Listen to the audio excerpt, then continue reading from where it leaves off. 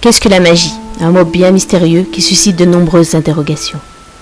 La magie, elle est aussi ancienne que l'homme. On la retrouve dans toutes les cultures.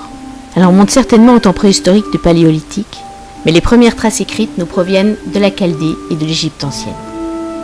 Le terme de mage vient d'ailleurs du mot magos, qui est le terme qui désignait le prêtre qui officiait à Babylone et qui servait les dieux par ses rites. La magie est souvent comprise comme un moyen de provoquer des effets contraires aux lois naturelles, des effets surnaturels comme on dit. Mais cette vision est en fait parfaitement incorrecte. Elle a été nourrie bien sûr par toute la littérature, par tous les fantasmes qu'entretiennent un certain nombre de gens sur la magie, mais aussi surnaturel que puissent paraître tous ces phénomènes, ils ne se réalisent pas par miracle, mais par la connaissance et la compréhension des règles de l'univers. La magie est la science qui étudie des principes universels, les forces naturelles visibles et invisibles, que ceci soit connu ou non de la science officielle. La magie aussi et surtout l'art d'appliquer pratiquement ces principes pour atteindre un but donné. En effet, la caractéristique principale de la magie est son aspect opératif. Elle est pratique et non spéculative. Le mot occultisme est un mot qui est encore plus mystérieux et qui laisse encore plus d'interprétation que le mot magie. En fait, le mot occultisme trouve sa source dans le mot occulte, qui vient là même du latin occultus ou caché. L'occultisme, c'est la connaissance théorique et pratique de ce qui est caché, c'est-à-dire ce qui est invisible, ce qui est inconnu. C'est l'étude et l'expérience de la réalité qui transcende le monde matériel.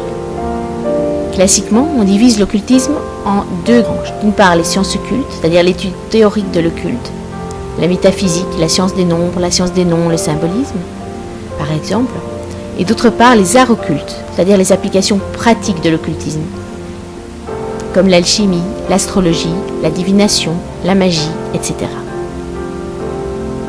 Au sein de la SBL Éther, l'occultisme est une voie de découverte du monde et de soi-même.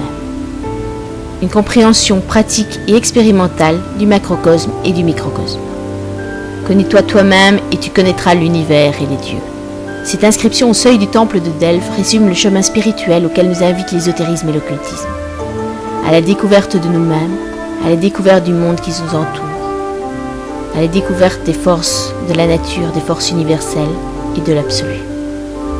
Cette connaissance de nous-mêmes et de l'univers est indispensable pour nous transformer ou pour participer à l'évolution de notre planète. Alors bien sûr, les mots magie et occultisme sont parfois assimilés à la recherche avide de pouvoir, à la recherche de domination, à la recherche de manipulation.